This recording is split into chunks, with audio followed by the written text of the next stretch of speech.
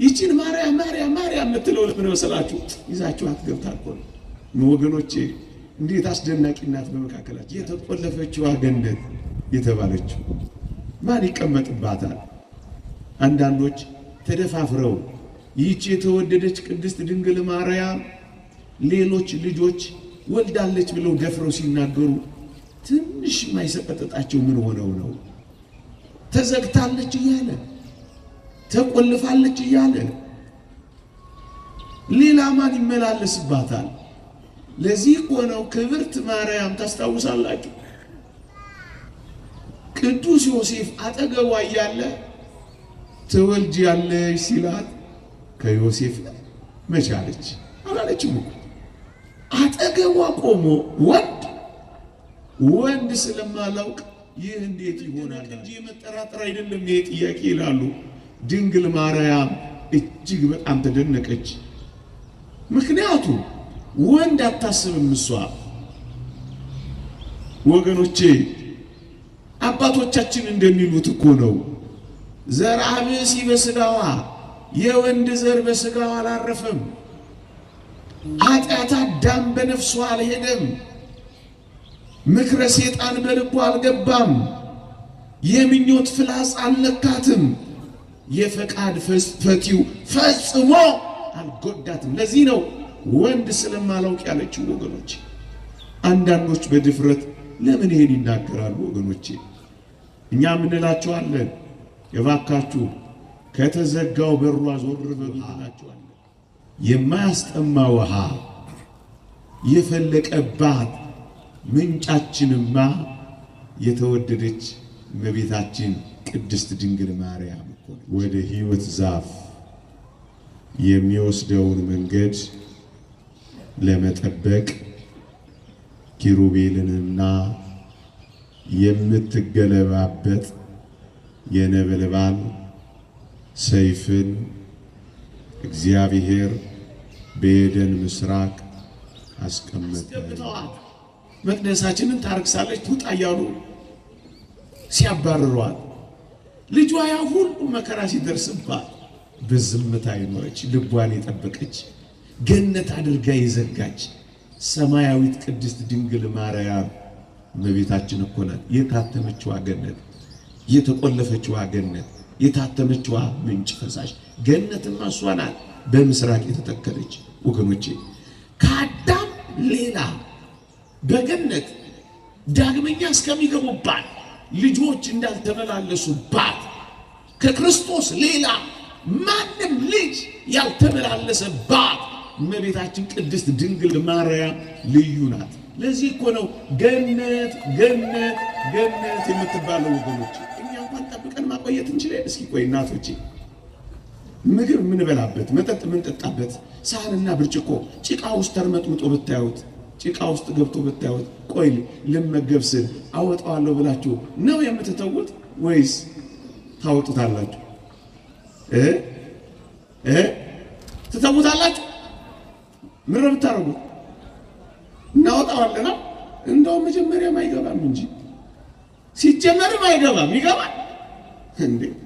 ቢፌ ውስጥ አይደል እንዴ ታጥቦ የሚቀመጠው? እውነት አስብ። እኔ እንደው በቤቴ እስከ ዛሬ ያልበላውበት ታጥቦ የሚቀመጥ ለመስከረም ይወጣል፣ ይታጠባል፣ በላንበት ስንል እንደገና ተመልሶ ይገባል። ምስኪኖች እኮ ነን እኛ። ይኸው ሳልበላበት 40 ምናምን ዓመት አለፈ። ሰውማ አጥቦ ጠብቆ ማቆየት ከቻለ ልዑል እግዚአብሔርማ የተወደደች እናቱን አጥቦ አስቀምጦ እንዴት ነው ማርያም ይሄ ማስመረጣት ነው ማርያም። ወገኖቼ በአዳም ባህሪ የተዳደፈው ነገር ያላለፈባት ተጠብቃ የቆየችው ገነት ቅድስት ድንግል ማርያም ኮናት ብለን ጮክ ብለን የምንናገረው ለዚህ ነው ወገኖቼ። ማርያምን በደንብ ሊያውቃት የሚችል ምን አይነት መሰላችሁ?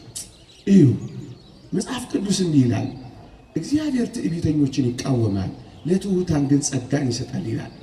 እራሷ እመቤታችን ቅድስት ድንግል ማርያም ለትውልድ ስጦታ ናት። ለዚህ እኮ ነው እናትህ ነዋት ብሎ ጸጋ አድርጎ ይሰጠው። እንደውም አንድ ሊቅ ምን ይላል? ቅዱስ ዮሐንስ እንደ ንጽሕት ድንግል ሆኖ በአዲስ ኪዳን ላለችው ቤተክርስቲያን ምሳሌዋ ሆኖ ንጽሕት ድንግል የሆነች ማርያምን ወሰዳት ይላል። ጸጋ አድርጎ ነው የወሰዳት። ማርያምን በትክክል የሚያውቋት፣ ማርያምን በትክክል የሚረዷት፣ ጸጋ አድርገው የወሰዷት ትሑታን ናቸው ወገኖቼ። ትዕቢተኞች አያውቋትም፣ ኩራተኞች አያውቋትም፣ ተመጻዳቂዎች አያውቋትም።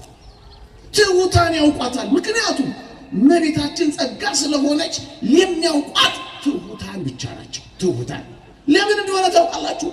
ራሷም ትሑት ናት፣ ልጇም ትሑት ነው። የእውነት መንፈሳውያን ይህችን ሰማያዊት ቅድስት ድንግል ማወቅ ከፈለጋችሁ ትዕቢታችሁን፣ ኩራታችሁን፣ ኩፈሳችሁን፣ መመጻደቃችሁን ትታችሁ ይህችን ትሑትና ትፈልጓት። ትሕትና ትጥቋ ነው ይላል ሊቁ። በእውነት አግናጤዎስ ምጥውል አንበሳ በትራጃን ዘመን መንግስት በ111 ዓመተ ምህረት በአንበሳ ተበልጦ የሞተው ሊያያት ፈልጎ ለቅዱስ ዮሐንስ ደብዳቤ ሲጽፍለት ትሕትና ትጥቋ ነው፣ ጡቶቿን ለመንካትና አንዳንድ ምስጢራዊ ጉዳዮችን ከእሷ ጋር ማውራት እንፈልጋለን። በመከራ ለሚኖሩ ታዝናለች፣ ከሚሰቃዩ ጋር አብራ ትሰቃያለች። እሷ በጣም ትሑት ነች፣ እባክህ ይዘህልና። እሷ የአዲሱ ኪዳን የቤተ ክርስቲያናችን እናትና የስርየታችን እናት ናት። ላት ይላል። ትሑታን ናቸው ሚያዋል። የገለጸውን ጥበብና ምስጢር ለሁላችንም ይግለጽልን። ከዚህች ዕለት ይልቁንም ከተወደደች ከእመቤታችን ከቅድስት ድንግል ማርያም በረከት ረድኤት ለሁላችንም ያሳትፈን፣ አሜን። የሕይወት ዛፍ መንገድ በዚች ማለዳ እንድንማር የመረጥኩት ርዕስ ነው። የሕይወት ዛፍ መንገድ። ዕለቱ እመቤታችን ቅድስት ድንግል ማርያምን በቤተ ክርስቲያን የምናስብበት ወርሃዊ መታሰቢያ በመሆኑ ይህንን ርዕሰ ጉዳይ መርጫዋለሁ። እግዚአብሔር ከሁላችን ጋር ይሁን። የሕይወት ዛፍ መንገድ። ኦሪት ዘፍጥረት ምዕራፍ 3 ቁጥር 24 እንዲህ ይላል፣ ወደ ሕይወት ዛፍ የሚወስደውን መንገድ ለመጠበቅ ኪሩቤልንና የምትገለባበት የነበልባል ሰይፍን በኤደን ገነት ምስራቅ አስቀመጠ ይላል። ኦሪት ዘፍጥረት ምዕራፍ 3 ቁጥር 24። ልብ በሉ። ወደ ሕይወት ዛፍ የሚወስደውን መንገድ ለመጠበቅ ኪሩቤልንና የምትገለባበት የነበልባል ሰይፍን እግዚአብሔር በኤደን ምስራቅ አስቀመጠ ይላል። ከዚህ ነው የሕይወት ዛፍ መንገድ የሚለውን ርዕስ ያወጣሁት። ወደ ገነት የሚያስገባውን ወደ ዕፀ ሕይወት የሚያደርሰውን ወደ ሕይወት ዛፍ የሚወስደውን መንገድ እግዚአብሔር አስጠበቀው ነው የሚለው። እዩ፣ አዳም ዕፀ በለስን ከበላ በኋላ ተደፋፍሮ የሕይወትን ዛፍ እንዳይበላት እግዚአብሔር ወደ ሕይወት ዛፍ የሚወስደውን መንገድ አስጠበቃት ነው የሚለው። ለምንድን ነው እግዚአብሔር አዳም ወደዛች ገብቶ እንዳይነካት ለምን አስጠበቃት ካላችሁኝ፣ በድፍረት እንዳይገባ ገብቶም እንዳይወስዳት እግዚአብሔር ወደ ሕይወት ዛፍ የምትወስደውን መንገድ አስጠበቃት። አሮጌው አዳም እንዳይገባባት፣ የተዳደፈው አዳም ዋጋ ሳይከፍል ቅጣት ሳይቀበል እንዳይነካት አስጠበቃት። በምትገለባበት ሰይፍና በኪሩቤል አስጠበቃት ነው የሚለው። ወገኖቼ ወደ ገነት ዛፍ የሚወስደውን መንገድ እግዚአብሔር አስጠብቋታል።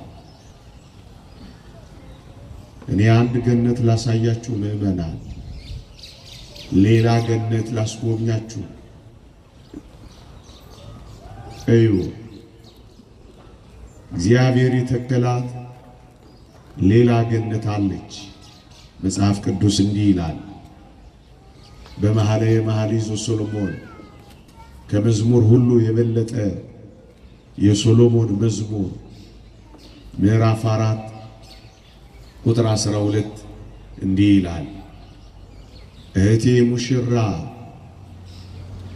የተቆለፈ ገነት፣ የተዘጋ ምንጭ፣ የታተመች ፈሳሽ ናት ይላል። ወገኖቼ በገነት ዕፀ ሕይወት ከበቀለባት የምትበልጥ ገነት ነው አሁንም አስጎበኛችሁ። እዩ፣ ያችኛዋ ገነት የሕይወት ዕፅ ወይም የሕይወት ዛፍ ነበረባት። ሌላ ገነት አለች የሕይወት ዛፍ የተተከለባት። የተቆለፈች ገነት ሚላት እሷን ነው።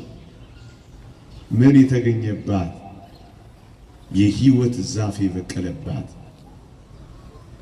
ማናት እቺ ገነት ካላችሁኝ፣ ዕፀ ሕይወት ክርስቶስ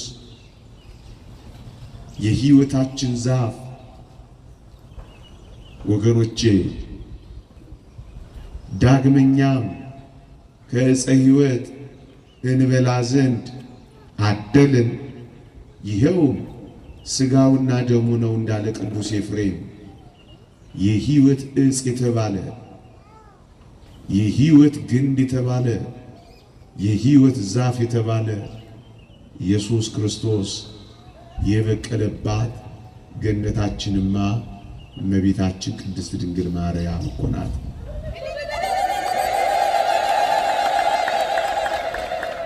ወገኖቼ እዩ፣ ኢየሱስ ክርስቶስ ሕይወት ነው። ይህ ሕይወት የተገኘባት ምድር ገነት ደግሞ አሁንም እንዳልኳችሁ የተወደደችው እናታችን እኮ ናት። ለዚህ ነው ሶሎሞን የተቆለፈችዋ ገነት ያላት። ለዚህ ነው እኔም አዲሲቷን ገነት ላስጎብኛችሁ ያልኳችሁ። እዩ፣ በገነት ዕፀ ሕይወት እንደበቀለባት በዚህችው በተወደደችዋ ገነት እመቤት ዕፀ ሕይወት ኢየሱስ ክርስቶስ በቀለባት። መጽሐፍ ቅዱስ እንዲህ ይላል፣ እውነት ከምድር በቀለች፣ ጽድቅና ሰላም ተስማሙ ይላል። እውነት ኢየሱስ ክርስቶስ ነው።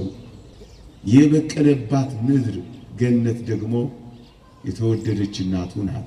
ለዚህ ነው ዕፀ ሕይወት የሕይወት ዛፍ ኢየሱስ ክርስቶስ የበቀለባት ማገነት እሷ ናት ያለው። ዕፀ ሕይወት ብቻ አይደለም ምዕመናን፣ በገነት ውስጥ ማየ ሕይወት ወይም የሕይወት ምንጭ ይፈልቅ ነበር። ወገኖቼ ታጥበው የሚታደሱባት የሕይወት ውሃ በዛች በገነት ውስጥ ዘውትር ይፈስ ነበረ። አሁንም መለስ ስላርጋችሁ የሕይወት ውሃ የማያስጠማ ውሃ የፈለቀባት ምንጫችንማ የተወደደች እመቤታችን ቅድስት ድንግል ማርያም እኮ ነች። ኢየሱስ ክርስቶስ አዘቅተ ማየ ሕይወት የሕይወት ውሃ ይባላል። ነቃ ገነት ውእቱ እሱ የገነት ምንጭ ውሃ ይባላል። ወገኖች ቅዱስ ያሬድ በድጓው የማይደርቅ እውነተኛው የሕይወት ውሃ ጉድጓድ የገነት ፈሳሽ ምንጭ እርሱ ኢየሱስ ክርስቶስ ነው ይላል። ውሃችን የማንጠማው መጠጣችን የማይደርቀው ልምላሜያችን ኢየሱስ ክርስቶስ ነው። ምንጯ ደግሞ መፍለቂያዋ ደግሞ መገኛዋ ደግሞ ገነት እንደነበረች በጥንቱ አሁን ደግሞ ይህቺ ማየ ሕይወት የሕይወት ውሃ ኢየሱስ ክርስቶስ የፈለቀባት ገነታችንማ እመቤታችን ቅድስት ድንግል ማርያም እኮ ነች። ሁለት ሶስተኛ ገነትን እግዚአብሔር የተከላት አነበብኩላችሁ በምንባቡ ምዕራፍ 3 ቁጥር 24 በምስራቅ እግዚአብሔር ተክሏት ነበር። ይህችው የተወደደችው እመቤት ቅድስት ድንግል ማርያም ከምስራቅ እኮ የተገኘች ናት።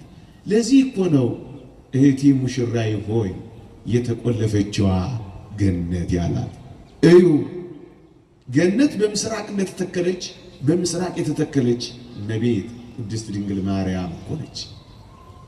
ደግሞ ሌላ ላስታውሳችሁ፣ ገነት አዳም ከበደለ በኋላ ተዘግታ እንደኖረች ወገኖቼ ካንዱ ከሊቀ ካህናቱ ከኢየሱስ ክርስቶስ በቀር ገብቶ ያልወጣባት የተዘጋችዋ ማለትም የታተመችዋ ማለትም የተቆለፈችዋ ማለትም ሌላ ሰው ያልወለደችዋ የታተመችዋ ገነትማ የተቆለፈችዋ ገነትማ እመቤታችን ቅድስት ድንግል ማርያም እንጂ ሌላ ማናት? ወገኖቼ ምዕመናን አንድ ነገር አስተውሉ።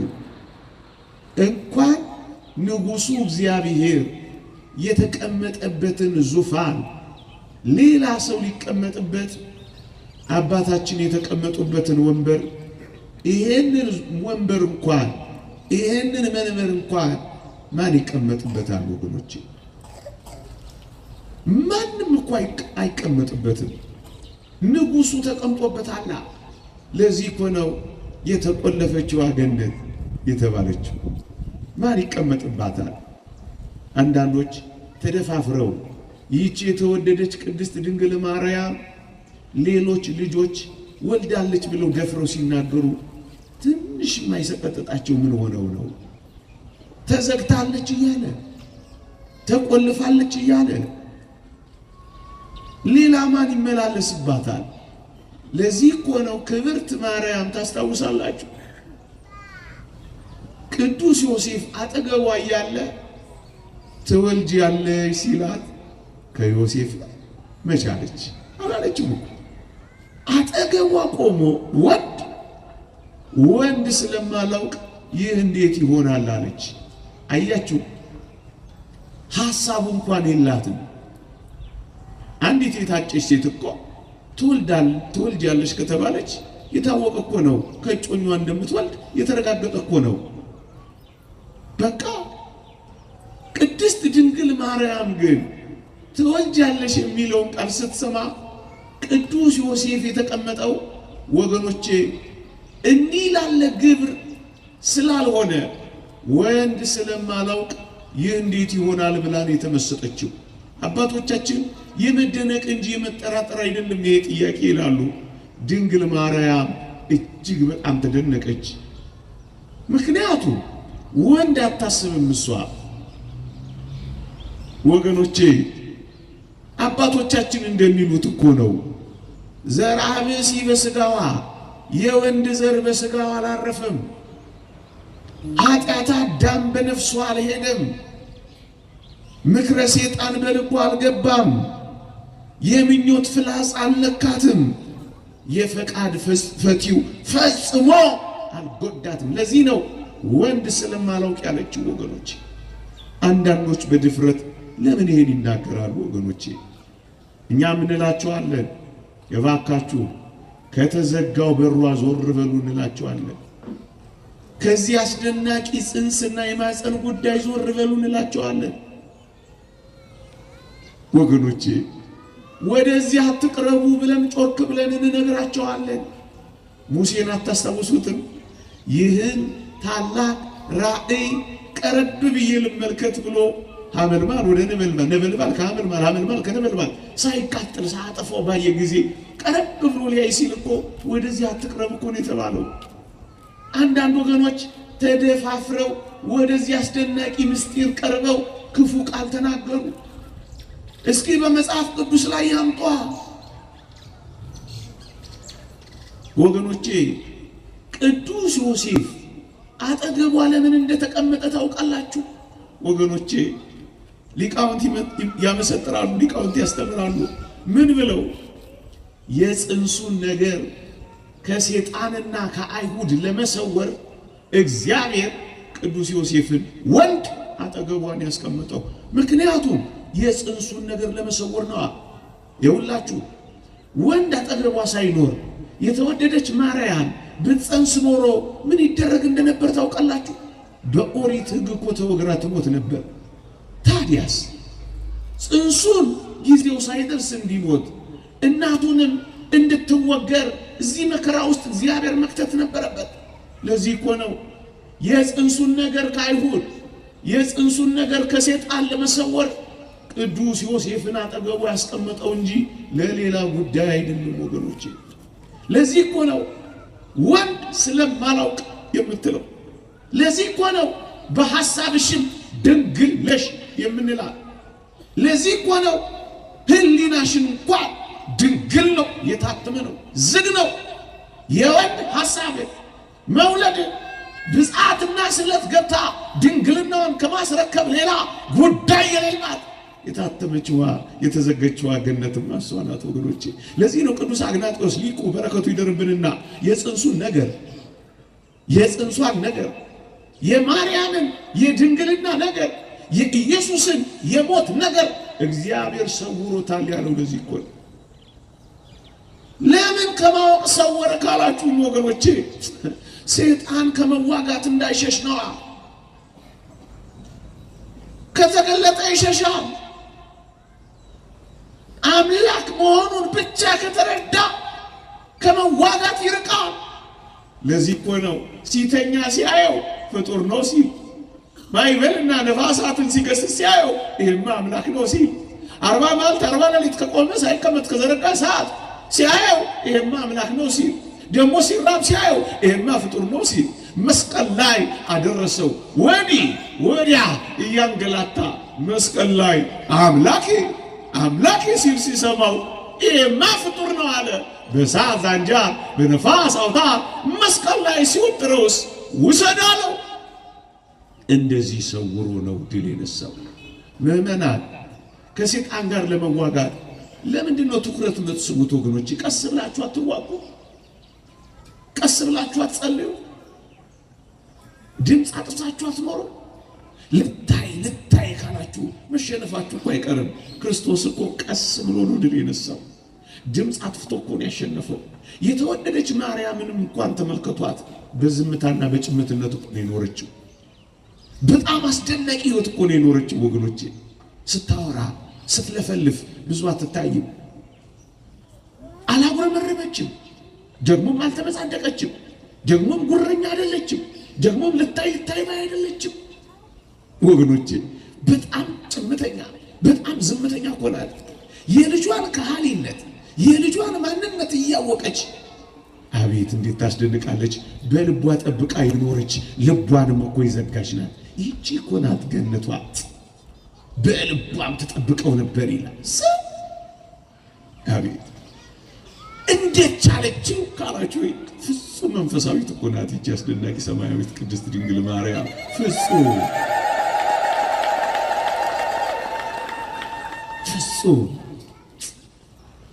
በዛ ሁሉ መከራ በልጅነቷ ወላጆቿን አጣ።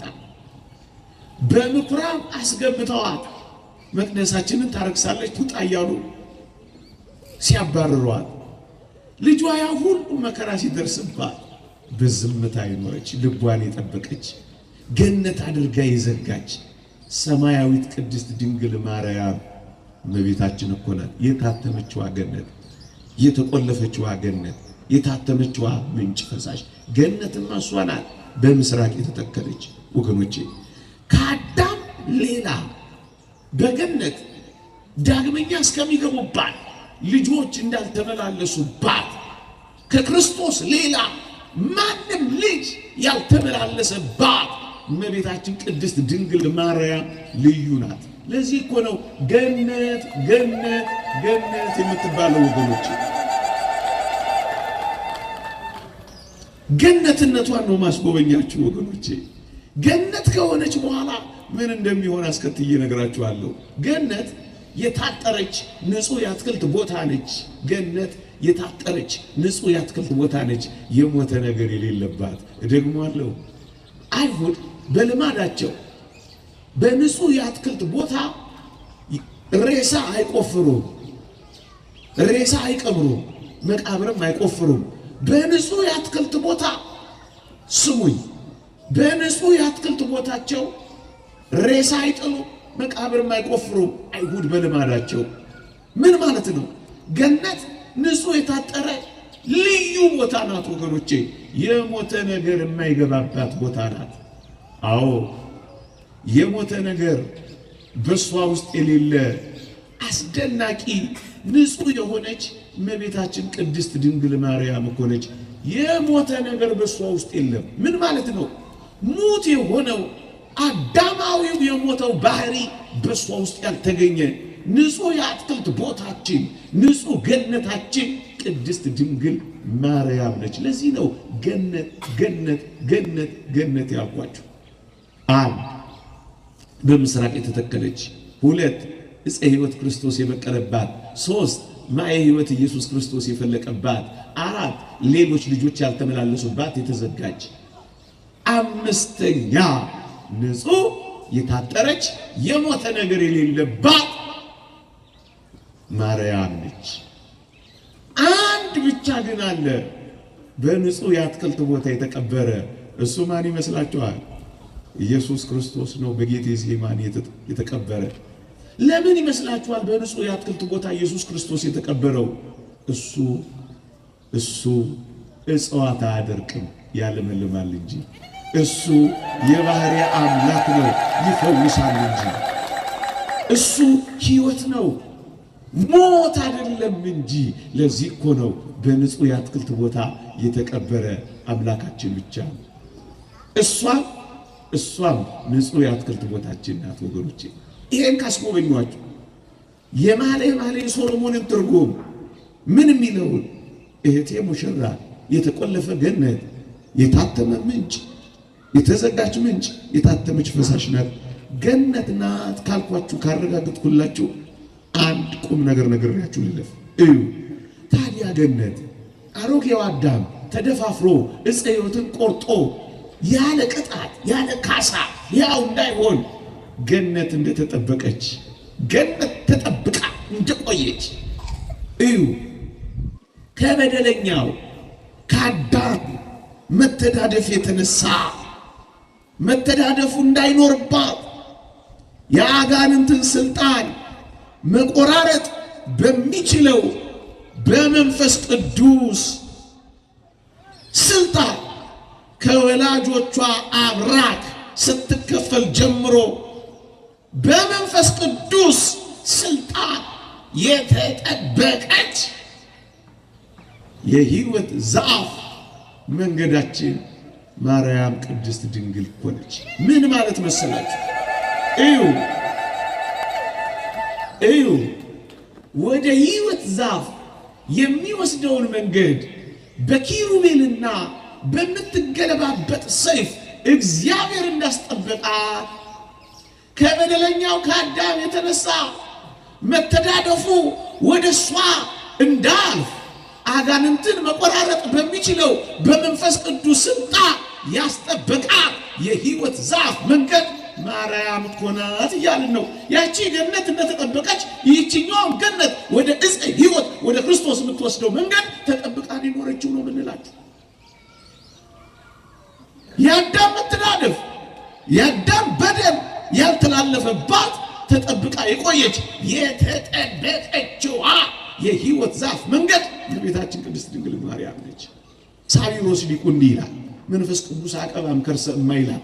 መንፈስ ቅዱስማ ከእናቷ ማኅፀን ጠብቋታል ይላል። እዩ እመቤታችን ቅድስት ድንግል ማርያም ኖራ ቆይታ ክርስቶስ ሲመጣ መልአኩ ሲያበስራት ከኃጢአት የነጻች እንዳይመስላችሁ ወገኖቼ፣ አስቀድሞ ከእናቷ ማኅፀን መንፈስ ቅዱስ አቀባም ከርሰ እማ ከእናቷ ማኅፀን መንፈስ ቅዱስ ጠብቋታል። ለዚህ ነው ወደ ሕይወት ዛፍ የሚወስደውን መንገድ አስጠበቀ የሚለውን ቃል ሊቃውንት የሚተረጉሙት ወገኖቼ። እዩ ምን ማለት መሰላችሁ? ቁም ነገሩ እዚህ ጋር ያለው ገነት ያለ ጥበቃ እንዳልተተወች ሁለተኛዋንም ገነት እናቱን ማርያምን ያለ መንፈስ ቅዱስ ጥበቃ የተወበት ጊዜ የለም ነው። ይሄ ነው ቁም ነገሩ። በኪሩቤልና በምትገለባበት ሰይፍ እንዳስጠበቃ አጋንንትን መቆራረጥ በሚችል የመንፈስ ቅዱስ ጸጋ አስጠበቃ። ገነት ያለ ጥበቃ እንደተተወች ቅድስት ድንግል ማርያምም ያለ ጠባቂ አልተተወችም። ይሄንን ዮሐንስ ዘደማስቆ የሚባል ሊቅ እንዲህ ይላል። እመቤታችን ይላል ዮሐንስ ዘደማስቆ የተባለ ሊቅ ነው እንዲህ የሚለው፣ እመቤታችን ነበልባላዊ ከሆነው የሰይጣን ፍላጻ ተሰውራ የመንፈስ ቅዱስ ሙሽራ ሆና በጫጉላው በመቅደሱ ኖረች። የእግዚአብሔር ሙሽራ እና እናት እንበለ አበሳ በተዓቅቦ ተጠበቀች ይላል። በመጠበቅ ነው የኖረችው። በአዳም የገባው የመተዳደፍ ጠባይ በሷ ውስጥ እንዳልፍ ተጠብቃ ነው የቆየችው ነው የሚለው። ለዚህ ነው የኪዳን ጸሎታችንም ከአውሬው ትፋት ያመለጥሽ ማርያም ሆይ ደስ ይበልሽ ይላል። አስመልጧታል፣ ጠብቋታል። ለዚህ ነው መጽሐፍ ቅዱሳችን መኃልየ ሰሎሞን ምዕራፍ 4 ቁጥር 7 ላይ የኔ ሆይ ሁለመናሽ ውብ ነው ይላል፣ ነውርም የለብሽም ይላል።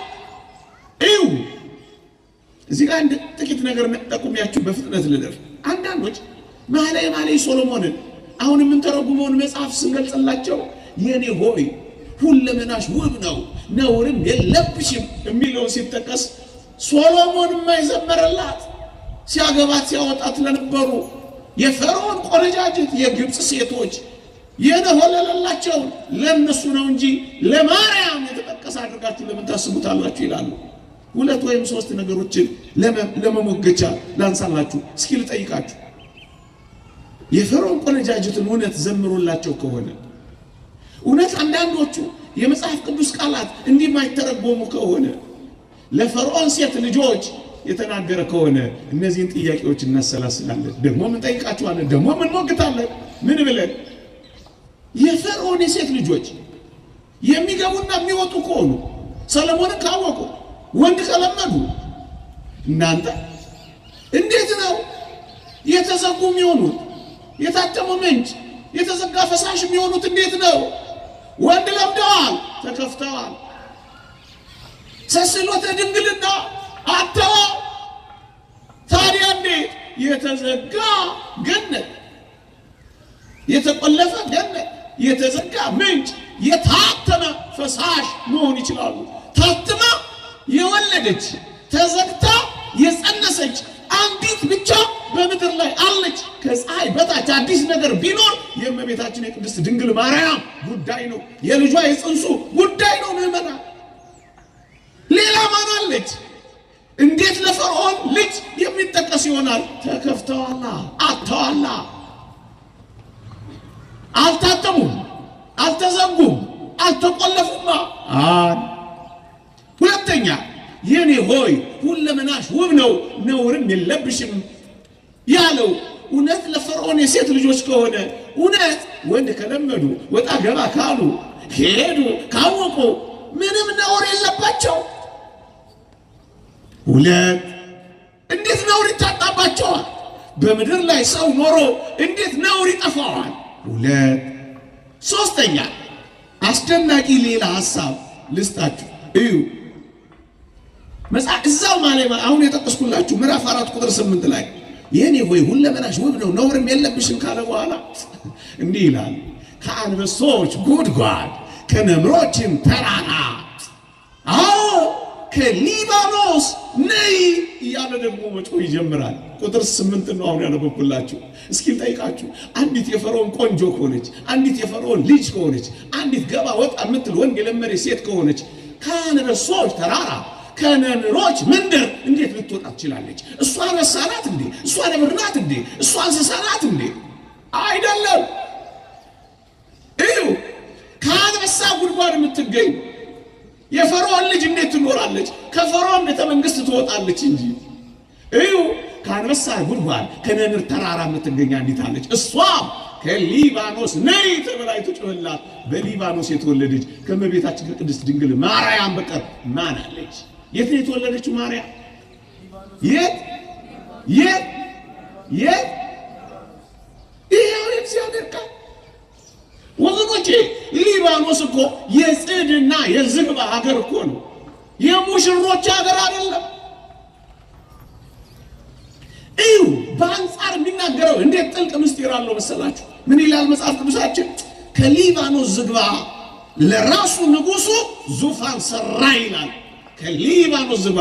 እዩ ዳዊት ለቤተ መንግስቱ፣ ሰሎሞን ለዙፋኑና ለመቅደሱ ዝግባና እንጨት የሚያስመጡት ከሊባኖስ ነበር።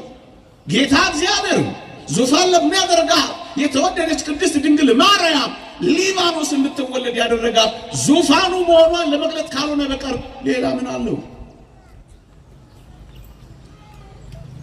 አያችሁ፣ አንደኛ ተዘጉ፣ ሁለተኛ ነውር ተሞልቷል፣ ሶስተኛ ሊባኖስ አይደለም የተገኙት እነሱ፣ አራተኛ ከአንበሳ ጉድጓድና ከነምሮች ተራራ እንዴት ውጡ ሊባሉ ይችላሉ? ታዲያ ከእመቤታችን ቅድስት ድንግል ማርያም ጋር የአንበሳ ጉድጓድና የነብር ተራራ ምን ያገናኘዋልና ነው የምትቀባጥረው እንዳትሉኝ፣ ሊቃውንት ያስቀመጡትን ልንገራችሁ።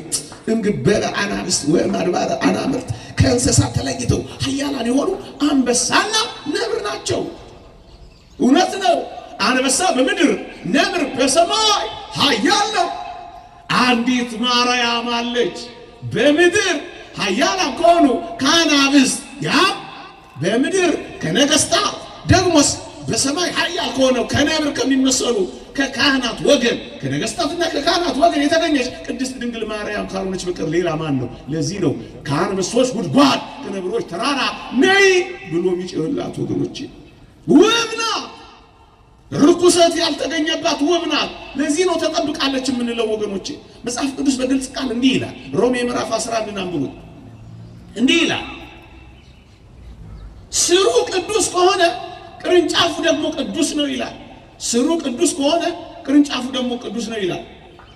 በኩራቱ ቅዱስ ከሆነ ቡሃው ደግሞ ቅዱስ ነው ይላል። እንዴ እሷ ካልተቀደሰች፣ ስሩ ካልተቀደሰ ቅርንጫፉ እንዴት ይቀደሳል? ለዚህ እኮ ነው ቅድስናን ሰጥቷት ገና ከእናቷ ማኅፀን ጠብቋት እግዚአብሔር ያቆያት እኮ። ለዚህ ነው ውብና ከፈጠራት ጀምሮ በምን ነውር ያልተገኘባት በጣም ውብ እሷ እመቤታችን ቅድስት ድንግል ማርያም ናት። ለዚህ ነው ቴዎዶጦስ የተባለ አባትን ምንም ነውር የለባትም ብሎ የመዘግበው እኮ። ለዚህ ነው እንቁ ናት፣ በጣም ውብ ናት፣ ታበራለች፣ ታብለጨልጫለች ወገኖቼ፣ በጣም ታበራለች። መምዩት ዛቲ እንተ ትየውስ ከመጎህ እንደ ማለዳ ብርሃን የምታበራ ይህቺ ማናት ይላታል። በጣም ታበራለች፣ ትፍለቀለቃለች፣ እንደ እንቁ ታበራለች። እንቁ ከአፈር ነው የሚገኘው። እንቁ ባህሪው ያፈር ነው። እንቁ መገኛው ያፈር ነው። ግንስ የአፈር ባህሪ ግን የለውም ወገኖች። ከአፈር ቢገኝም ባህሪው እንደ አፈር አይደለም። ማርያም ከአዳም ልጆች ብትገኝም ያደፈውን የአዳም ባህሪ ግን አልወሰደችም። ቅዱስ ያሬድም ይህንን በአስደናቂ ሁኔታ ዘምሮታል። እንቁን ቀረብ ብለው ለሚያዩት መልክን ቁልጭ አድርጎ የሚያሳይ እንደመሆኑ መጠን የጥንት መልካችንን፣ የመጀመሪያው ክብራችንን፣ የመጀመሪያው ንጽህናችንን ማየት ከፈለጋችሁ ይህችን ማርያምን ቀረብ ብላችሁ እዩዋት። ደግሞ አለው በትህትና ቀረብ ብለን ካየናት መልካ ተፈጥሯችንን የምናይባት፣ ያላደፈውን ንጽሐ ጠባያችንን የምናስታውስባት መስታወታችን ቅድስት ድንግል ማርያም ናት።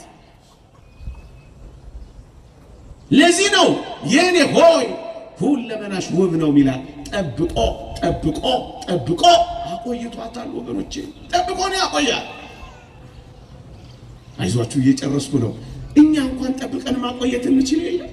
እኛ እንኳን ጠብቀን ማቆየት እንችል? እስኪ ቆይ እናቶቼ፣ ምግብ የምንበላበት መጠጥ የምንጠጣበት ሳህንና ብርጭቆ ጭቃ ውስጥ ተርመጥምጦ ብታዩት፣ ጭቃ ውስጥ ገብቶ ብታዩት፣ ቆይ ልመገብ ስል አወጣዋለሁ ብላችሁ ነው የምትተውት ወይስ ታወጡታላችሁ? ትተውታላችሁ? ምን ነው ታረጉት? እናወጣዋለና እንደው መጀመሪያም አይገባም እንጂ ሲጀመርም አይገባም። ይገባል እንዴ? ቢፌ ውስጥ አይደል እንዴ ታጥቦ የሚቀመጠው? እውነት አስብ። እኔ እንደውም በቤቴ እስከ ዛሬ ያልበላሁበት ታጥቦ የሚቀመጥ ለመስከረም ይወጣል፣ ይታጠባል፣ በላንበት ስንል እንደገና ተመልሶ ይገባል። ምስኪኖች እኮ ነን እኛ። ይኸው ሳልበላበት 40 ምናምን ዓመት አለፈ። ሰውማ አጥቦ ጠብቆ ማቆየት ከቻለ ልዑል እግዚአብሔርማ የተወደደች እናቱን አጥቦ አስቀምጦ እንዴት ነው ማረው? ይሄ ማስመረዳት ነው ያጣል። ለዚህ እኮ ነው አባቶቻችን እመቤታችን ቅድስት ድንግል ማርያምን በሽቱ ዕቃ ሙዳይ የሚመስሏት እኮ ለዚህ ነው። አዎ አደፍ ጉድፍ የሌለብሽ ንጹህ የሽቱ ዕቃ እኮ አንቺ ነሽ ይላታል ቅዱስ ኤፍሬም አባታችን፣ በረከቱ ይደርብንና። ንጹህ የሽቱ ዕቃ። የሽቱ ዕቃ ምን እንደሚደረግ ታውቃላችሁ? የሽቱ ዕቃ ጢስ እንዳይተንበት፣ ትቢያ እንዳይበተንበት ቤት ሰፍተው ሰቅለው ተንከባክበው ነው የሚያኖሩት። የሽቱን ዕቃ ትቢያ እንዳይበተንበት፣ ቤት ሰፍተው ጢስ እንዳይቦንበት ተንከባክበው ኢየሱስ ክርስቶስ ተወዳጅ እናቱን ሰው የሚሆንባት ዙፋኑን እንዲህ ተንከባክቦ ጠብቆ ካልሆነ በቀር የነካ ይንካት ያለፈ ይለፍባት ብሎ የሚያደርግ ይመስላችኋል? በፍጹም። ለዚህ ነው መጽሐፍ ቅዱሳችን አንድ ሁለት ቃላት ብቻ ተናግሬ ላብቃ።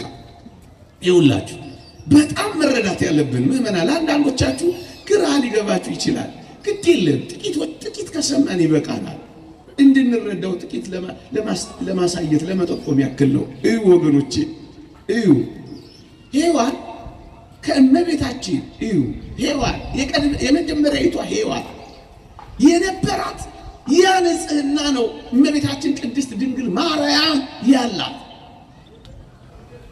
የመጀመሪያው ሔዋን ሳታድፍ በፊት የነበራት ንጽሕና። እንደውም አንድ ሊቅ ምን ይላል? ሔዋንና እመቤታችን ከውሳኔያቸው በፊት ምን ማለት ነው?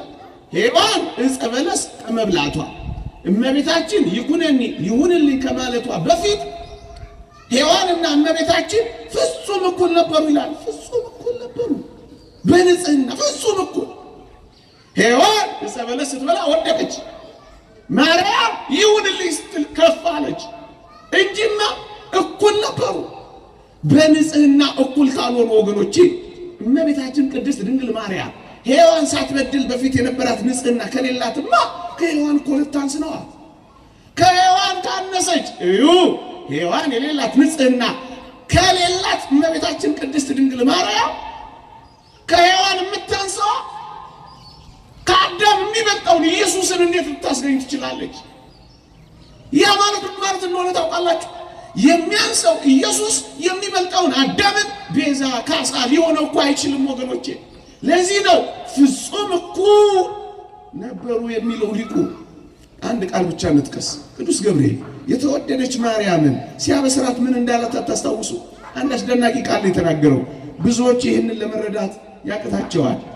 ለምን አልገባቸውም አንልም። ጥቂት ቢሰሙ ግን ጥሩ ነበር ወገኖቼ። መጽሐፍ ቅዱስ እንዲህ ነው የሚለው። እሱም ብቻ ላስታውሳችሁ 40 ደቂቃ ተጠቅሜያለሁ።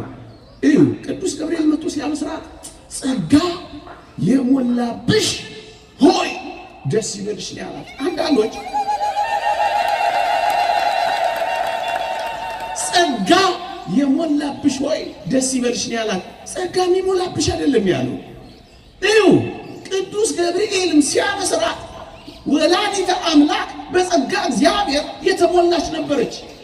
ወገኔ ሆይ ሁሉ ኃጢአትን ሰርተዋልና የእግዚአብሔርን ክብር ጎሏቸዋል እያልክ ሮሜ 3ን እየጠቀስ ማርያምን እዚህ ውስጥ እንዳትከታት።